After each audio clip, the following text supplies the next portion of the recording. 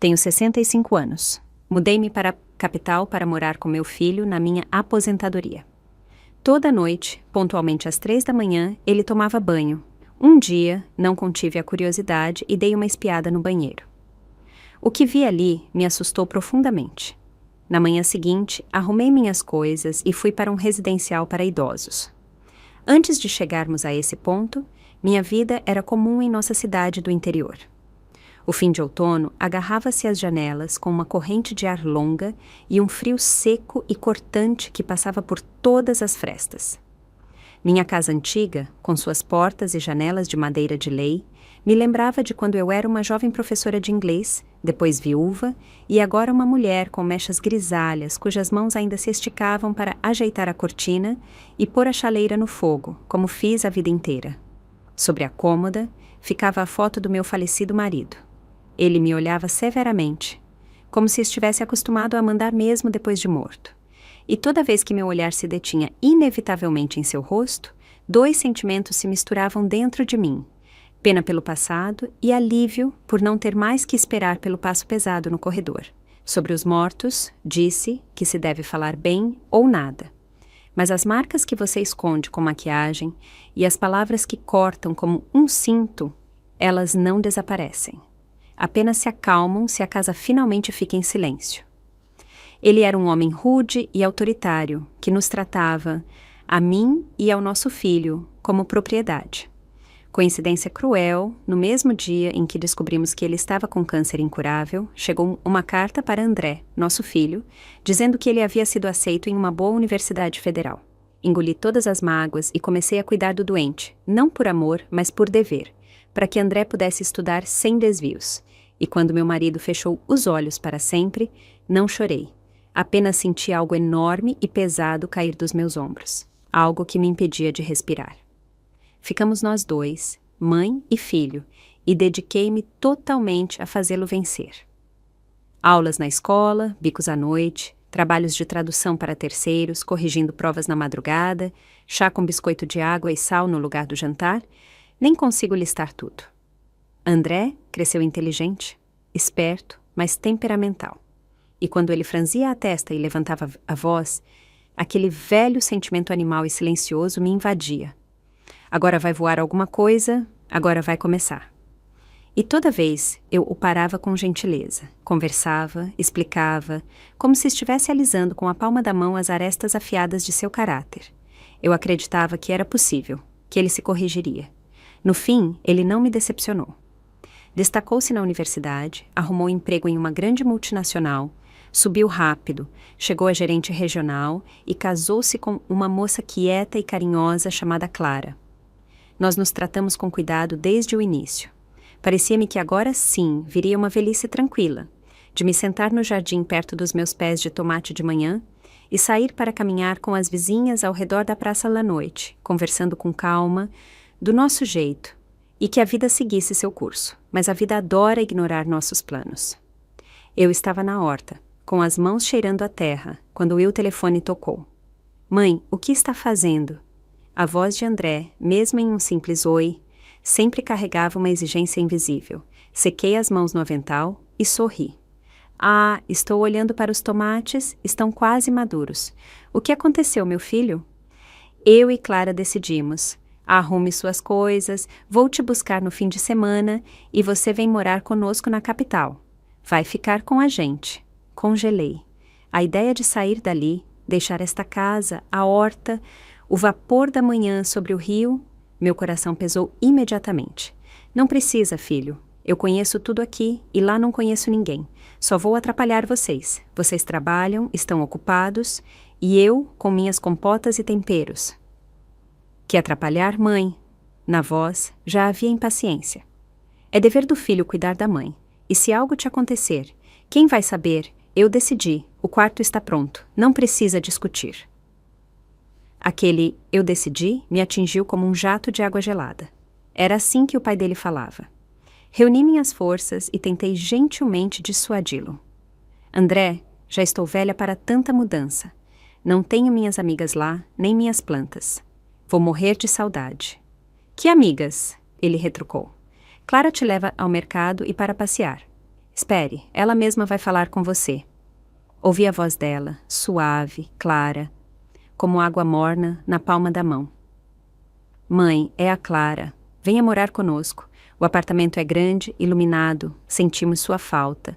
André fica preocupado com sua saúde e eu te acompanho ao mercado. A gente senta, bate um papo, te mostro tudo. Era difícil rejeitar sua doçura, mas eu ainda ouvia naquelas palavras a subserviência. A decisão tinha sido dele. Ela apenas estendia a mão, como podia. Fiquei em silêncio por um longo tempo. Tudo lutava dentro de mim. De um lado, a liberdade que eu havia conquistado.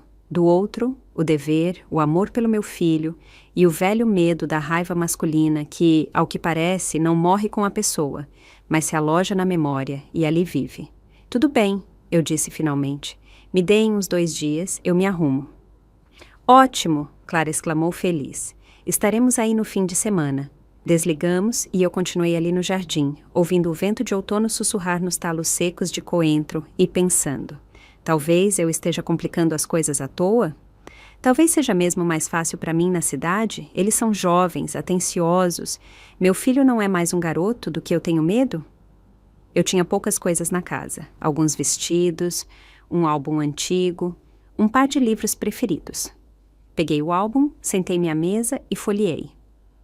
Ali estava André, bem pequeno, rindo, abraçado ao meu pescoço. Aqui, no primeiro ano da escola, com uma gravata engraçada. Aqui, um adolescente, sério, teimoso, bonito, e meu coração amoleceu. Fechei o álbum, peguei a mala e comecei a dobrar minha vida em pilhas arrumadas, repetindo para mim mesma. Eu o criei, eu o protegi, ele está me chamando, então é assim que deve ser. À noite, fui visitar os vizinhos. Disse que provavelmente estava indo para a casa dos filhos. Ouvi como ficaram felizes por mim. Sorri de forma contida, mas firme, e depois me sentei à janela para esperar o fim de semana. No sábado, André parou seu Mercedes-Benz classe S preto na frente da minha casa, a porta laqueada brilhando. Ele saiu de terno impecável, sorriu como sorriem as pessoas seguras e rápidas e logo se pôs em ação. Malas, cobertores, potes de geleia, meus livros velhos, o álbum. Clara estava com ele, meiga como sempre, com aquele sorriso discreto das mulheres que falam baixo e fazem tudo rápido para não incomodar ninguém. Mãe, olhe! André abriu o porta-malas. Comprei vitaminas boas importadas para você, exclamei. Ah, não gaste à toa, meu filho. Eu tenho de tudo. Ele balançou a mão. Meu problema não é dinheiro, mãe. Meu problema é tempo. Vou ficar tranquilo sabendo que a senhora está por perto. Sob vigilância. A estrada nos afastava da minha casa, onde cheirava a maçãs e terra úmida, rumo à capital, onde o vidro e o concreto crescem mais alto que as árvores. Entramos em um condomínio de luxo, subimos ao 18º andar. O apartamento espaçoso nos recebeu com o brilho do piso de madeira, móveis pesados e de qualidade, e um silêncio que zunia nos ouvidos. Este é seu quarto. André abriu a porta de um quarto claro, com janela para uma área verde. Pousou o controle do ar-condicionado ao lado da cama, deu um tapinha na televisão como quem cumprimenta um amigo. Se precisar de algo, fale imediatamente com a Clara. Obrigada, meus filhos, eu disse. E realmente agradeci. Eles sabiam como demonstrar cuidado de uma forma que tudo parecesse correto. Clara habilmente arrumou meus vestidos no armário, trocou a roupa de cama e pendurou os cabides, sempre olhando para ver se eu estava bem, se não era muito peso. Mas percebi que, quando André passava por perto, o sorriso dela se esticava como elástico em uma lata, e um minúsculo reflexo de cautela atravessava seus olhos. Desviei o olhar. Não que eu não quisesse ver, mas eu simplesmente não sabia como lidar com o que estava sendo espetado em mim. O primeiro jantar foi farto. Clara preparou muita coisa, como se fosse feriado. Peixe, saladas, uma panela grande de sopa. André falava sobre projetos, concorrência, como manter as pessoas motivadas, e falava de um jeito que parecia que até o ar da sala estava ouvindo e concordando. Mãe, coma mais, a senhora está muito magrinha. Ele me serviu um pedaço de peixe. Eu mesma me sirvo, meu filho, respondi. mas ele já havia se virado para essa esposa. Clara, por que está parada? Sirva a sopa da mãe. Ele não levantou a voz, mas naquela nota uniforme havia uma ordem. Clara estremeceu, pegou a concha rapidamente, e sua mão tremeu tanto que a colher quase bateu na borda da tigela. Sorri para ela com a calma que só professoras antigas têm. Calma, apoiadora. Obrigada, minha filha. Está delicioso. Naquela noite, demorei a dormir. O apartamento vivia uma vida diferente. Os elevadores respiravam como grandes animais em algum lugar profundo da construção. Uma fileira de faróis se estendia na janela. Longe, parecendo estar bem no telhado, a cidade zumbia monotonamente. Sentei-me na cama, alisei a colcha com a mão e me convenci de que a gente se acostuma com tudo. Bastava ter saúde. Os primeiros dias realmente correram bem.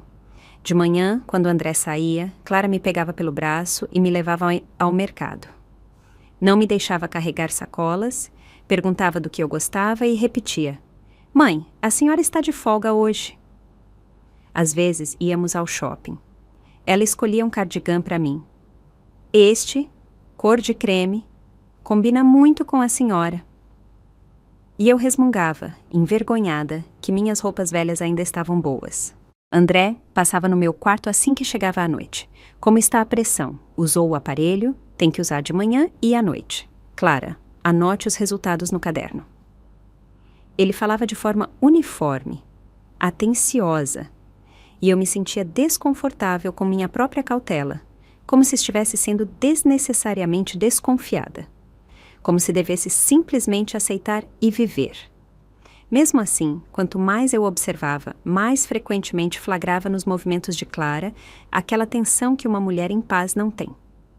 Uma hesitação nos dedos ao pousar uma xícara, um olhar para o chão quando ele passava, um sorriso rápido, não falso, mas um esforço excessivo para parecer correto. Claro que eu me calava. Nós, os mais velhos, às vezes nos apressamos demais em tirar conclusões. E eu tinha tanto medo de errar que escolhi esperar e observar, como quem espera o inverno após um longo outono. Passou uma semana, passou a segunda. Eu me integrei ao ritmo deles. Quem chegava e saía a que horas? Onde ficavam as toalhas no armário? Como ligava a lava-louças? As noites na capital ficaram um pouco mais habituais, os sonhos menos agitados. Eu quase acreditei que a ansiedade se dissolveria por si mesma, como açúcar no chá se você não mexer muito. E foi exatamente naquele momento, na noite mais silenciosa, quando parecia que toda a casa dormia, que a água de repente começou a jorrar pela parede ao lado da minha cama, pontualmente às 3 da manhã. Naquela noite, acordei com um silêncio estranho, tão denso que se ouvia o tic-tac do relógio. E pontualmente às 3, como um despertador, a água começou a correr na parede ao lado da minha cama, forte. Um barulho contínuo, como se a torneira estivesse aberta ao máximo. Quem será? Pensei. É noite, as pessoas estão dormindo. Fiquei deitada, ouvindo, sem coragem de sair, com medo de bater a porta ou assustar alguém. Depois de 15 minutos, a água parou de forma tão abrupta quanto começou, e o apartamento voltou a ficar vazio e silencioso, como uma biblioteca. Não consegui mais dormir até o amanhecer. Rolei na cama, olhando para a janela, onde piscavam os raros faróis. De manhã, sentei-me para tomar café, fingindo que nada havia acontecido. André, eu disse, você não estava bem de saúde à noite? Às 3, a água fez um barulho como se alguém estivesse tomando banho. Ele estava lendo notícias no telefone sem levantar os olhos. Não é nada, mãe. Trabalho estressante. Não consegui dormir. Levantei, joguei uma água e voltei a dormir. Não se preocupe. Dito de forma uniforme, como se fosse trivial. Nisso, Clara vinha trazendo o mingau. Ela parou por um segundo, a colher quase bateu na borda da tigela, depois se recompôs apressadamente e sorriu. Sim, mãe, ele fica muito cansado. Às vezes ele vai tomar um banho à noite para esfriar a cabeça e fica melhor. Eu assenti, mas notei aquela pausa instantânea e senti um aperto por dentro. Não era aquilo. 2 dias depois, novamente às 3 em ponto, e a água, como um metrônomo, marcava minha preocupação. E depois, a noite fica mais silenciosa e você fica acordada, mesmo antes das 3, prestando atenção em cada fresta, se não vai haver um ruído, um tilintar. E isso quebra o sono em pedaços, e de manhã seus olhos ardem. Passei a observar meus filhos com mais atenção. André, durante o dia, estava como sempre, focado, rápido, mas havia um cansaço e uma irritação no fundo de seus olhos. Pequenas coisas começaram a aborrecê-lo mais rapidamente. Clara andava pela casa, falava com carinho, mas seu olhar fugia para o chão quando ele estava por perto, e suas mãos estavam sempre ocupadas, como se ela quisesse evitar ficar parada. Decidi conversar como adulta, enquanto ainda podia ser resolvido com palavras. Escolhi o momento em que Clara estava na cozinha e André e eu estávamos sozinhos na sala. Sente-se, meu filho, eu disse. Ouça-me com calma, entendo que o trabalho é estressante, mas tomar banho no meio da noite não é brincadeira. Às 3 da manhã, o corpo está mais vulnerável. Resfriado, a pressão, o coração, você é jovem, tem a vida toda pela frente. Cuide-se, não pode fazer isso. Falei como mãe, sem pressionar, quase implorando. O rosto dele mudou drasticamente, como se alguém tivesse acionado um interruptor. Mãe, cuide da sua aposentadoria e não se meta. Eu resolvo os meus problemas. Ele se levantou, foi para o quarto e fechou a porta. Não foi alto, mas ficou claro que a conversa havia terminado. A partir daquele dia, o ar no apartamento pareceu ficar mais pesado. Ele quase não falava comigo, e quando falava, era breve, como se eu fosse uma estranha. Eu também me calei, não por mágoa, mas por cautela, porque eu conhecia aquele frio. Não levava a nada de bom. Então comecei a olhar para Clara. Estávamos cortando a salada. Ela se esticou para pegar uma cesta na prateleira de cima. A manga subiu e revelou uma mancha azulada com amarelado no pulso, uma marca estranha, como se dedos a tivessem apertado. Peguei sua mão. Clarinha, o que é isso? Ela se encolheu, puxou a manga na hora. O que é isso, mãe? Bati na mesa. Minha pele é muito fina, fica roxa por qualquer coisa. E os olhos desviados, a voz apressada, como se quisesse ultrapassar os pensamentos. Eu sabia o que era aquela marca, sabia muito bem, mas forçá-la a mentir de novo seria apenas enterrá-la mais fundo. Seja cuidadosa, eu disse baixinho. Uma mulher deve saber se proteger. Ela assentiu e escapou da cozinha. Dias depois, ela apareceu pela manhã com as pálpebras inchadas. Perguntei, não dormiu? Mosquito, ela sorriu. Me picou na varanda. No 18º andar, com tela de proteção. Eu me calei. As palavras às vezes só quebram o que já está rachado. Tudo isso, repetidamente, me levava de volta à água noturna. Eu lembrava da minha vida passada, como uma pessoa que se encolhe em um lenço velho e há muito descartado, e afastava as lembranças o máximo que podia. Mas no fundo, os pensamentos já se uniam. Aquelas 3 da manhã não eram coincidência. Tinha a ver com outra coisa, não com esfriar a cabeça e dormir. Naquela noite, quando a água jorrou novamente, abrupta, gelada, sem hesitação, eu não consegui mais ficar deitada. Sentei-me na cama, esperei alguns segundos para o coração não bater tão forte, vesti o roupão, apertei a maçaneta com cautela e saí para o corredor. A luz debaixo da porta do banheiro caía em uma faixa sobre o chão escuro, e por trás do barulho da água, de repente, surgiu mais alguma coisa, um soluço curto e abafado e um sussurro baixo e raivoso. Dei mais um passo e vi. A porta do banheiro não estava totalmente fechada, havia ficado aberta na largura de uma mão. Eu me aproximei, parei como na beira do gelo e, segurando-me na parede, encostei-me à fresta. André estava de pijama, molhado até o último fio. O cabelo grudado na testa. Diante dele, Clara, também de roupa de casa, encharcada. O tecido fino grudava em seus ombros e a água fria caía sobre ela. Eu sentia isso na pele. O cheiro de metal e de noite. Ele a segurava pelos cabelos na base da cabeça, no alto, como se segurasse uma rédea. A cabeça dela estava inclinada para trás, o pescoço exposto e um filete fino de água escorria pela clavícula. Ele não estava gritando. Ele falava quase sussurrando, aquele mesmo sussurro que faz os objetos da sala perderem o som. Mais uma vez que você abrir a boca, entendeu? As palavras caíam como pedras na água. De repente, um tapa seco e estrondoso, que ecoou no azulejo, apesar do barulho. Clara cambaleou, as pernas cederam, mas ele não a soltou, puxando-a para mais perto do jato, e ela soluçou baixinho. É assim que se chora quando não se pode chorar. Pareceu-me que alguma veia fina se rompeu dentro de mim, aquela que segura-te a voz. O ar ficou viscoso, minhas mãos estranhas. E enquanto eu entendia que aquele era meu filho, aquele que eu havia criado, outra camada da memória se acionou em seus próprios trilhos. O quintal velho, o barril de água da chuva, a noite em que meu marido, ainda vivo, agarrou meu cabelo e mergulhou meu rosto na água gelada. E aquela mesma luz branca nos olhos, e o engasgo, e o inútil e desamparado atrito dos dedos na borda de ferro molhada. Ouvi dentro de mim meu próprio sussurro sufocado de 30 anos atrás. Quieta, que o menino não ouça. Eu não entrei, não gritei. Meu corpo decidiu por mim, como se um velho botão de alarme tivesse sido preservado nele. Corra, recuei, voltei para o quarto na ponta dos pés, fechei a porta e despenquei na cama. Cobri a cabeça, como os bichos que se escondem na toca quando uma sombra passa sobre a neve. Meu coração batia tão forte que parecia que o som ia escapar de debaixo do cobertor e correr pelo corredor. A água continuou a cair na parede, uniforme e demorada. E aquele som se tornou a trilha sonora da nossa desgraça familiar, não alta, mas implacável. As lágrimas não vieram de imediato.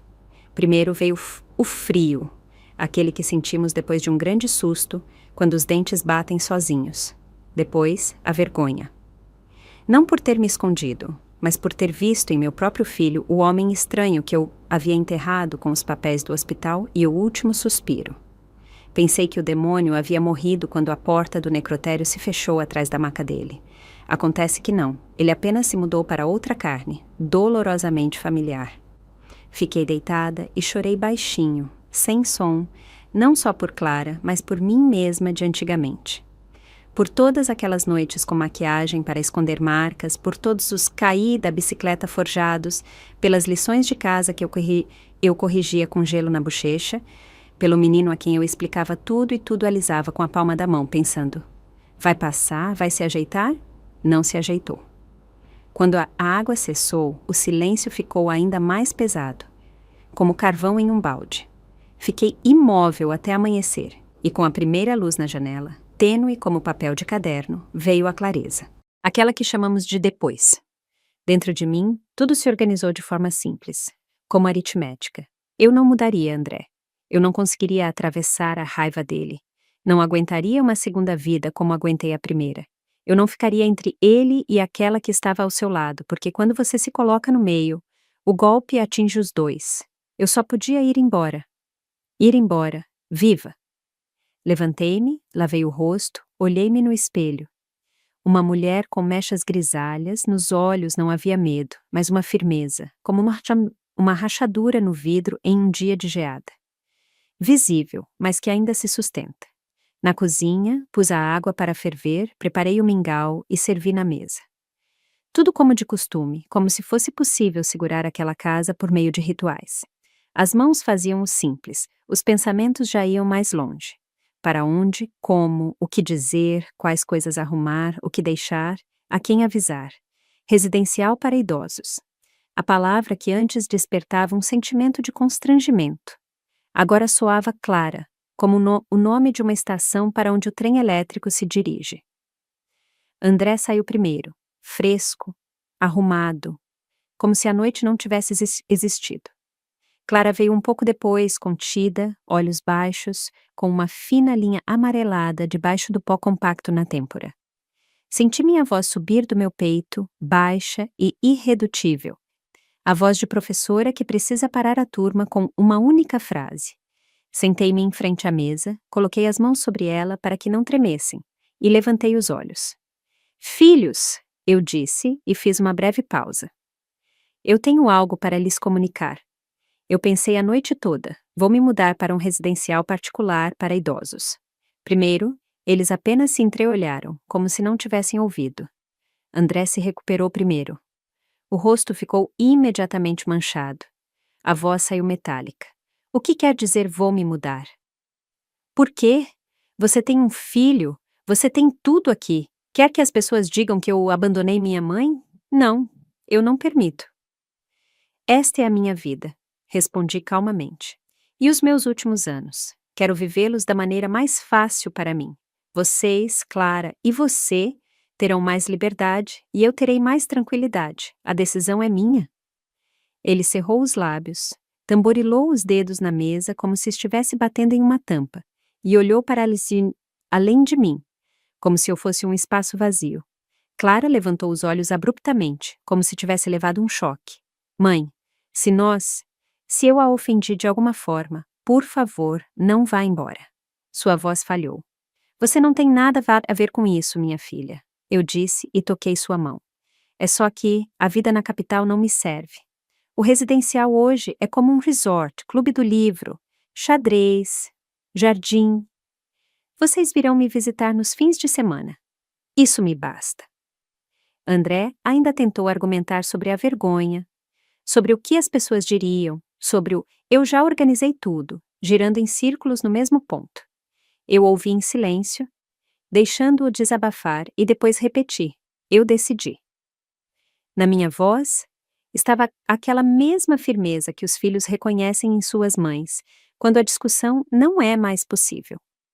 Ao meio-dia, tudo estava acertado. Ele mesmo ligou para um residencial caro na periferia da capital, combinou o quarto, pediu um carro. Sua aparência era profissional, distante, como a de alguém que está resolvendo um problema, não se despedindo da mãe. Arrumei uma mala pequena, os mesmos vestidos, 2 livros, o álbum. Na porta, olhei para trás. O apartamento era lindo, tudo brilhava, mas o frio era como o de uma sala de espera de estação de trem no inverno. Olhei para o meu filho. Em seu rosto, não restava nada do menino das fotos, apenas a casca. Olhei para Clara, pálida, magra, parada perto da porta. O olhar de quem não tem o direito de chamar. Assenti para ela, como quem diz, aguente firme. Ela abaixou os olhos. O residencial me recebeu com caminhos uniformes, horários regulares e cuidados constantes. Lá ninguém gritava, as portas não batiam. E o mais importante, às 3 da manhã, ninguém abria o chuveiro. De manhã era a ginástica, depois o mingau com novas amigas. E depois a biblioteca com abajures antigos. À tarde, o jardim, os bancos, o sol quente nos ombros.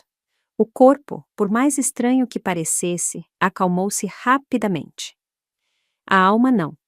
Bastava fechar os olhos para que o tapa na bochecha através do barulho da água ressurgisse, como vindo da profundeza, e trouxesse consigo tudo. Minhas velhas marcas, a maquiagem, o sussurro de que o menino não ouça, e Clara, encharcada, com o cabelo molhado sendo segurado como uma rédea. Eu sentava no banco e pensava, eu me salvei, e ela? Um dia, enquanto eu amassava uma flor seca de cravo de defunto na palma da mão no jardim, ouvi, com licença, você é Helena, a professora de inglês? Levantei a cabeça e reconheci imediatamente Dona Lúcia Coutinho, uma colega que se aposentara alguns anos antes. Ela quase não havia mudado. O mesmo sorriso caloroso, olhos vivos. Nós nos abraçamos, rimos do encontro inesperado e começamos a perguntar uma para a outra sobre saúde, filhos, escola. Por um instante, me senti aliviada, como se tivesse voltado para a sala dos professores, onde havia chá nas canecas e conversas intermináveis sobre os nossos. Uma jovem, de traços delicados e cansaço nos olhos, aproximou-se de nós. Mãe, eu trouxe frutas para você. Esta é minha Lia, apresentou Dona Lúcia Coutinho. Lia, cumprimente Helena. Lia sorriu educadamente, colocou a sacola, despediu-se e saiu apressadamente. Olhei para ela e vi a mesma suavidade forçada nos ombros que vi em Clara, o mesmo sorriso quieto e excessivamente correto. Você não acha, eu disse com cautela, que o olhar da sua Lia está cansado? Dona Lúcia Coutinho suspirou como se estivesse liberando um ar pesado do peito. Você percebeu logo, Helena. Seu rosto hoje está assim, como se estivesse muito difícil para você. E aqui parece que o silêncio não está ajudando. Suas palavras atingiram em cheio. Senti que tudo o que eu segurava por dentro queria sair. Fomos para um banco mais distante, onde os arbustos nos escondiam do caminho. E eu contei tudo. Sem rodeios, sem invenções, como ensinamos as crianças a escrever composições baseadas na verdade. O apartamento de luxo, o banho noturno, Clara, o tapa, meus passos para trás e minha fuga para o residencial. Eu falava e ela ouvia sem interromper, apenas alisando minha mão com a palma, como quem alisa um papel para desfazer uma ruga. Quando terminei, não havia censura em seus olhos, apenas compaixão e uma certa clareza. Você viveu muita dor, ela disse, e mesmo assim encontrou forças para dizer isso. Ela suspirou. Helena, o que você viu é como o que minha Lia viveu. E ela falou sobre a filha. O marido, de aparência educada e tranquila. Primeiro, palavras, depois empurrões, depois a mão. Por muito tempo, Dona Lúcia Coutinho achou que era preciso aguentar. Família era trabalho. O homem precisava de paz. E só um dia, quando Lia chegou com uma marca roxa e olhos vazios, não tristes, nem zangados, mas exaustos, ela entendeu que a paciência não era remédio, mas uma cortina de fumaça atrás da qual alguém fazia o que queria. Eu chorei, ela disse. Pedi perdão à minha filha pela minha cegueira e disse, chega! Fomos ao advogado, começamos a juntar tudo o que podíamos. Houve o tribunal, foi difícil, mas Lia agora está livre. Ela se calou, dando-me o direito de ficar em silêncio ao seu lado. O silêncio se instalou entre nós, uniforme como o caminho. Helena? Ela disse finalmente com suavidade, mas firmeza. Sua nora é filha de alguém. Ela também foi criada e protegida. Imagine se os pais dela tivessem visto o neto do seu marido perto do barril de água. Você é mãe, mas também é mulher. Se não pode convencer seu filho, resta outra coisa. Ficar ao lado dela, não no lugar dela, ao lado. Ajudar a ir embora, ajudar a viver. Cada palavra me atingiu com precisão, dor e acerto. Eu assenti e depois disse honestamente aquilo de que me envergonhava. Eu tenho medo, Lúcia. Ainda tenho medo. Como se tudo tivesse acontecido ontem. Eu entendo, ela respondeu. E é exatamente porque você entende melhor do que ninguém que não pode ficar de fora. O medo não vai embora porque você se esconde. Ele vai embora quando você vai para onde tem medo e faz o que é certo. Sentamos em silêncio por mais um pouco. O jardim sussurrava com as folhas. Em algum lugar alguém ria. A vida ao redor seguia seu curso. E isso até me acalmou. Enxuguei os olhos, peguei a mão de Dona Lúcia Coutinho. Obrigada, eu sei o que devo fazer. À noite, de volta ao quarto, peguei minha caderneta antiga, procurei uma caneta esferográfica entre as páginas, segurei-a nos dedos até pararem de tremer e escrevi em uma folha limpa. Dr. Ricardo Menezes, advogado.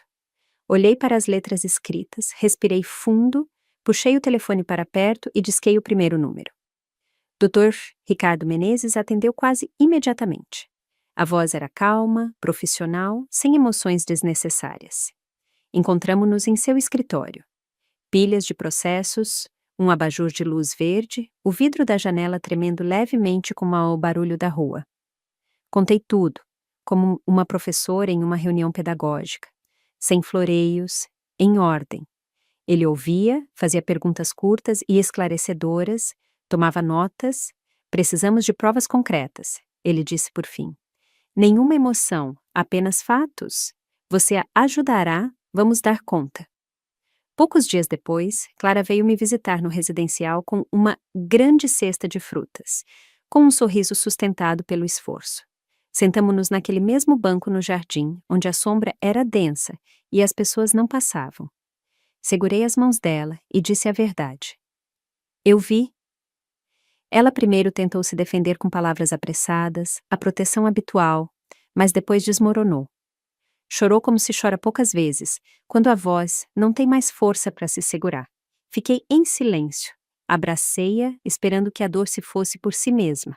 Quando ela se acalmou, comecei a falar calmamente, passo a passo, sobre como viveríamos a partir de então.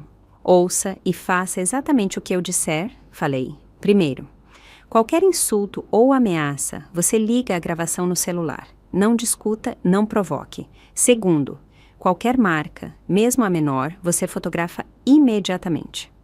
Com luz natural, registra a data e a hora. Envia imediatamente para um e-mail secreto. A senha é só nossa. Terceiro, um diário. Curto, em tópicos. Dia, hora, o que ele disse, o que ele fez, quem estava presente. Quarto, documentos. Tudo o que mostra renda e bens. Contratos, comprovantes, extratos. Não roube, nem estrague. Apenas tire cópias discretamente quando estiver à vista. Clara estremeceu. E se ele notar? Seja cuidadosa, respondi. A liberdade raramente vem sem um preço, mas você não está sozinha. Eu estou ao seu lado, e o advogado está ao seu lado. Discutimos também a última parte, a mais difícil. No final, você dirá a palavra divórcio, eu disse. Sua tarefa é não discutir, nem explicar. Diga e vá para a minha casa, ou para a casa de uma amiga. Eu chamo um táxi, te encontro no portão. O resto é trabalho de gente grande. Ela assentiu. Em seu olhar, pela primeira vez em muito tempo, brilhou não apenas o medo, mas também a teimosia. Os longos dias começaram. Clara enviava fotos para o e-mail secreto. Marcas estreitas, amarelo-azuladas, no pulso, na têmpora, no ombro. Áudios curtos, a voz indiferente e cortante de André, onde cada palavra mirava no ponto mais fraco. As anotações do diário eram secas, como relatórios. 0, 1 e 30. Voltou, explodiu, quebrou a xícara, me empurrou. 19 e 10. Proibiu de ligar para sua mãe. Às vezes, chegavam fotos de papéis. Eu enviava tudo para o Dr. Ricardo Menezes. Ele respondia com um breve recebido e, mais raramente, bom. Eu andava pelo jardim com o telefone na mão, como se fosse meu pulso. E cada nova mensagem era, ao mesmo tempo, uma faca e um degrau. Juntamos o suficiente. Certa manhã, recebi um curto. Mãe, direi hoje à noite. Passei o dia inteiro inquieta. No quarto, a sombra se agitava, como galhos do lado de fora da janela. À noite, fiquei sentada na cama, olhando para o telefone. Por volta das 10, ele tocou. O número de Clara. Alô, minha filha, como você está? Perguntei, mal tocando as palavras com os lábios. Eu disse, a voz dela tremia. Ele... Depois, só ouvi um estrondo, um grito. Deu o telefone, abafado, e a ligação caiu. Liguei de novo e de novo. Silêncio. Meia hora depois, o telefone tocou, desta vez o número de André. Atendi. Mãe, ele disse com uma voz fria e estranha. Quem te deu o direito de se intrometer? Você a subornou. Acha que vai destruir minha família? Não. A partir de hoje, ela não sai daqui e você não a verá mais. Um clique. Silêncio. Não me lembro de como disquei os números certos. Minha mão encontrou o número do Dr. Ricardo Menezes sozinha. Urgente, eu disse, e minha voz estava calma, como em um alarme de incêndio na escola. Ele a trancou. Está ameaçando. Precisamos agir. O resto foi rápido, como em um diagrama. Denúncia à polícia, deslocamento, a porta forçada.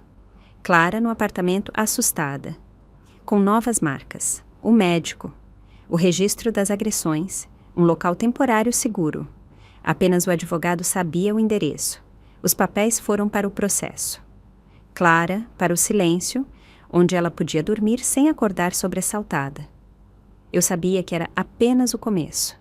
Papéis não são silêncio. André não era do tipo que recuava. Eu me preparei para que ele ligasse ou viesse. E 2 dias depois, exatamente quando o jardim cheirava grama recém-cortada e as abelhas zumbiam preguiçosamente, ele apareceu no portão do residencial. Ele entrou como se estivesse em um escritório, com passos rápidos e duros, de terno, mas amassado, os olhos vermelhos. Encontrou-me no jardim, não me cumprimentou e foi logo me encarando. Mãe, o que você está fazendo?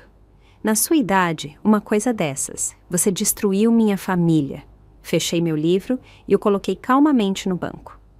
A família não é destruída por quem tira alguém do problema, eu disse, mas por quem coloca alguém nele. Isso é pessoal, eu estou educando minha esposa. A mulher tem que saber o lugar dela. Você, mulher, deveria entender. Ele falava baixo, mas com aquela frieza e confiança que faziam as folhas dos arbustos sussurrarem. Violência não é educação, respondi. É crime. Se ainda resta algo humano em você, pare e peça perdão a Clara. Agora, antes que seja tarde demais. Ele sorriu de escárnio. Perdão pelo quê? Eu sustento a casa, o apartamento, o conforto. Ela só precisava ficar quieta em casa e obedecer. E você a instruiu. Lembre-se, se continuar ajudando, é o fim. Não temos mais filho e mãe. A compaixão dentro de mim, como em qualquer mãe, existia. Mas a palavra já havia sido dita e eu sabia o preço desse preço. Então, que seja assim, eu disse calmamente. Ele se inclinou mais perto. E não sonhem com o divórcio. Contratarei os melhores. Providenciarei laudos de que ela não está bem, que tem transtornos. Ela não receberá nada, nem um centavo. E se houver criança, não verá. Entendeu? Ele se virou e foi embora, deixando para trás o cheiro de um perfume caro e um vazio, onde os pássaros cantavam mais alto do que o normal. Então, começou o que sempre é mais longo que a vida. Papéis, audiências, petições. Dr. Ricardo Menezes manteve a linha clara, sem emoções. André contratou advogados caros, espertos, tenazes. Nossas gravações de áudio eram chamadas de montagens. As fotos das marcas roxas, de autolesão, o atestado médico, de consequência de uma queda. Trouxeram um laudo de um médico duvidoso, com um carimbo, dizendo que Clara tinha um transtorno e era propensa a dramatizações. Eu sentava no banco de trás e ouvia como bocas estranhas tentavam transformar a dor em pó de papel. Clara se mantinha firme, mas ao final de cada audiência, ela torcia a ponta do lenço. Os dedos ficavam brancos. À noite, eu ligava para ela. Falava sobre respirar e tomar chá com mel, como eu falava para as alunas antes de um exame. E eu mesma ficava olhando para a janela escura, enquanto a luz verde do roteador piscava como um coração em um monitor. O caso empacava. O juiz franzia a testa cada vez mais, falando sobre insuficiência e contradições. Parecia que, por um pouco mais, tudo escorregaria para o famigerado não comprovado. Em uma dessas noites, o telefone tocou e vi o nome Clara. Mãe! A voz dela estava rouca e imediatamente agitada. Nós temos esperança, os vizinhos, do prédio da frente. Eles instalaram um novo sistema de câmeras recentemente, muito bom. Uma delas mira bem para o nosso andar, para o corredor. Naquela noite em que ele me arrastou, está tudo visível. Nítido. Tudo. Sentei-me como se tivesse levado um choque. Tem certeza? O vizinho estava olhando as gravações hoje. Nos viu, ligou.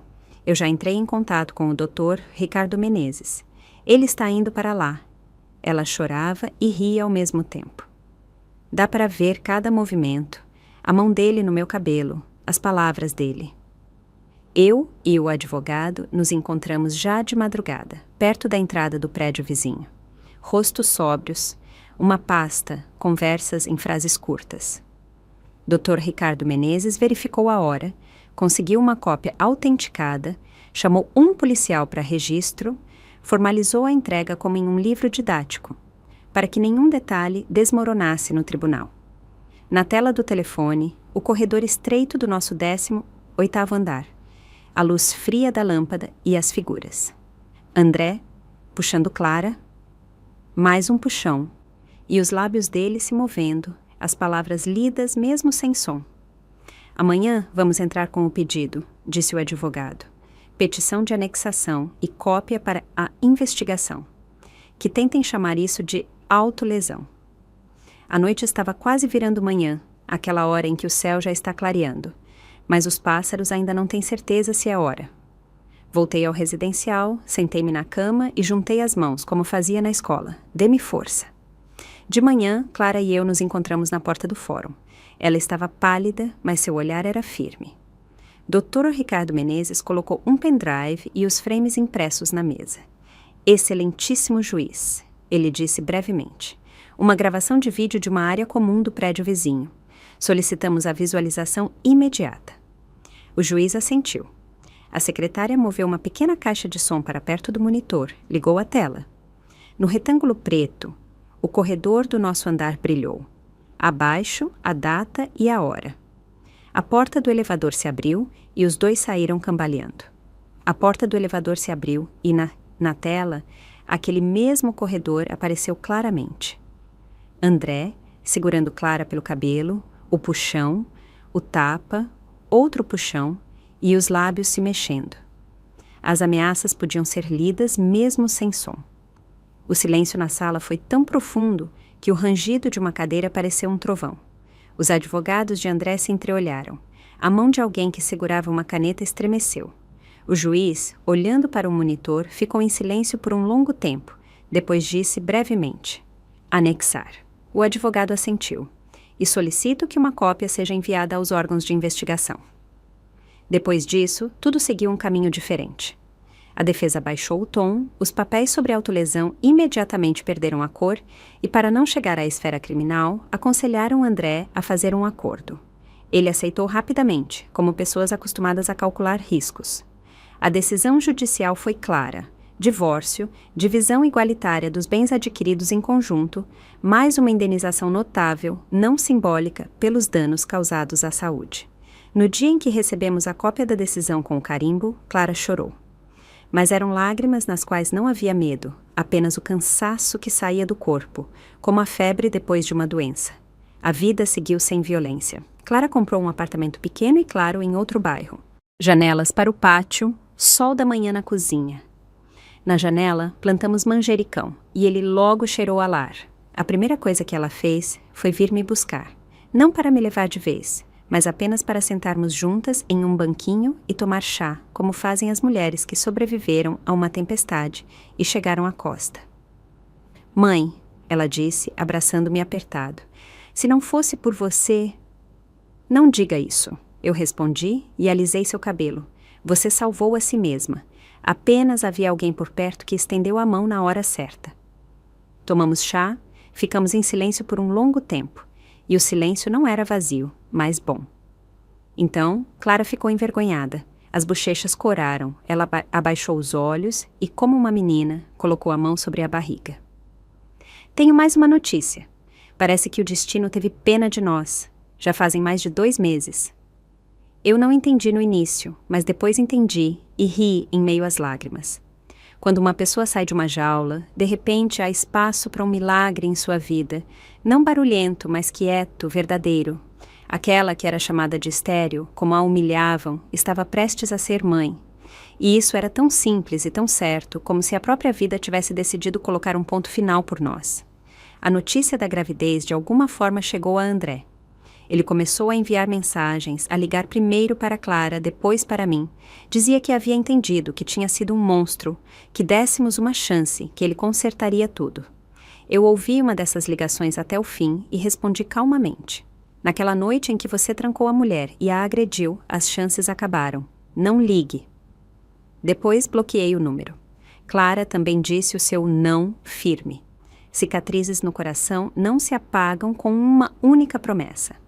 Vivemos nossas vidas, cada uma a sua, mas próximas.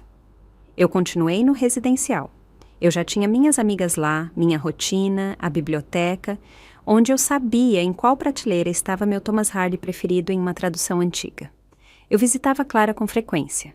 Escolhíamos cortinas, discutíamos onde ficaria o berço, brigávamos por causa de fraldas e roupinhas de bebê, caminhávamos pelo pátio e contávamos as janelas dos outros. Um dia, ela pegou minha mão, olhou-me diretamente e perguntou baixinho. Mãe, minha mãe morreu há muito tempo. Posso chamar a senhora de mãe não só para o meu filho, mas para mim também, para que a criança tenha uma avó, e uma avó por parte de mãe, não no papel, mas na vida? Eu assenti e não contive as lágrimas. Acontece assim. Você perde um filho e encontra uma filha. Não de sangue, mas mais próxima, porque foi escolhida pelo coração. André desapareceu de nossas vidas. Não porque foi apagado com uma borracha, mas porque pessoas adultas decidiram assim. E nisso havia respeito, não por ele, mas por nós mesmas. Talvez um dia ele ele entenda que poder não é sobre segurar cabelo e quem deu permissão a quem, mas sobre a capacidade de parar. Isso já não é minha tarefa. Agora, meus dias seguem regulares e simples. De manhã, ginástica, devagar, sem heroísmo. Joelhos e costas sabem lembrar a idade. Depois, café da manhã com as vizinhas, conversas, quem leu o quê, quem planejou qual canteiro de flores. De tarde, o caminho para Clara. Pego meu passe assinado antecipadamente na recepção, coloco meu chale claro e atravesso metade da capital. Eu e Clara pomos à mesa, discutimos os últimos papéis da clínica de gestantes, rimos de como o bebê gosta de chutar à noite. Volto para o residencial, onde sou recebida pelas minhas amigas. Sentamos perto da janela e alguém sempre traz salgadinhos de batata, como na sala dos professores. Penso frequentemente qual é a moral desta história. Provavelmente é esta: o mal raramente vai embora sozinho, é preciso pará-lo. E o silêncio não é neutralidade, é participação do lado errado. Às vezes, nos pedem para trocar conceitos. A família é mantida com paciência. Não, a família é mantida com respeito e carinho, e onde há medo, a família só existe nas fotografias. E também, o sangue nem sempre é mais forte que a escolha. Parentes são aqueles com quem não temos medo. Sabe, às vezes eu penso que a vida não quer nos derrubar, mas ver se a gente ainda tem coragem de se levantar, mesmo quando tudo dentro da gente quer desistir. Fiquei calada por muito tempo achando que silêncio traz paz, mas aprendi que o silêncio só alimenta o mal. No dia em que falei, a vida voltou a respirar. Hoje eu vivo tranquila, sem gritos, sem medo, sem aquelas vozes baixas atrás da porta. E o melhor, ganhei uma filha. Não de sangue, mas de coração. E logo vem aí uma nova vida, um bebê que vai crescer sem medo. Isso é o meu maior consolo. Quero que toda mulher que ouvir essa história entenda. Nunca é tarde para ir embora. Nunca é tarde para dizer não. E nunca é tarde para recomeçar. Mesmo com cabelos brancos e mãos cansadas. Coragem não é gritar, é agir em silêncio quando ninguém espera. Se você sentiu o que eu senti, diga para si mesma: você merece viver em paz. Família de verdade é onde existe respeito e cuidado. Não onde reina o medo. Se você concorda comigo e gostou da minha história, deixa seu like para eu saber. Quero ver quantos somos. Me conta nos comentários de qual cidade e que horas você está me ouvindo. E se quiser apoiar minha jornada, pode me mandar uma pequena doação. Obrigada por ouvir e por dividir seu tempo comigo. Para mais histórias de vida como essa, dá uma olhadinha nos outros vídeos do canal e se inscreve. Na tela tem 2 novas histórias que tenho certeza que vão te emocionar. É só clicar em uma e continuar ouvindo. Um beijo.